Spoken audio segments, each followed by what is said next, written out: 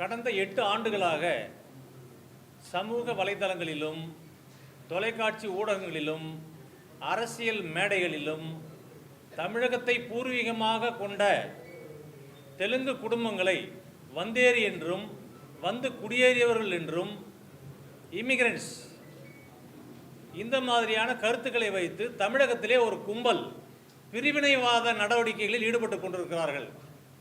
அரசாங்கம் அவர்கள் மீது கடுமையான நடவடிக்கை எடுக்க வேண்டும் என்பது எங்களது முதல் கோரிக்கை, நம்பர் 1.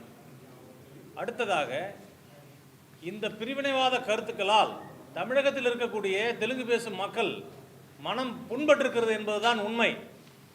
எங்கள் குரலை சட்டமன்றத்திலே ஒலிப்பதற்கு பிரதிநிதித்துவம் இல்லை. அதனால் அரசியல் ரீதியாக நாங்கள் ஒரு முடிவை நோக்கி பயணப்பட்டிருக்கிறோம். அதனுடைய வெளிப்பாடு தான் தமிழ் தெலுங்கு தேசிய கட்சி, in English Tamil Telugu national party. எங்களுடைய நோக்கம் தமிழகத்தில் இதுவரை காலங்காலமாக கடைபிடித்து வரப்படுகின்ற சகோதரத்துவம், சமத்துவம், மத நல்லிணக்கம், அனைத்து பிரிவினர்களோடும் சகோதரர்களாக வாழக்கூடிய ஒரு சூழல் தொடர்ந்து நிலவ வேண்டும் என்பதுதான் எங்களது எண்ணம். பிரிவினைவாத கருத்துக்களுக்கு எங்களிடம் எந்த விதமான இடமும் இல்லை. தனி தமிழ்நாடு கோரிக்கையோ இந்திய இறையாண்மைக்கு எதிரான கருத்துக்களோ எங்களிடம் இல்லை. நாட்டினுடைய கௌரவமான குடிமக்களாக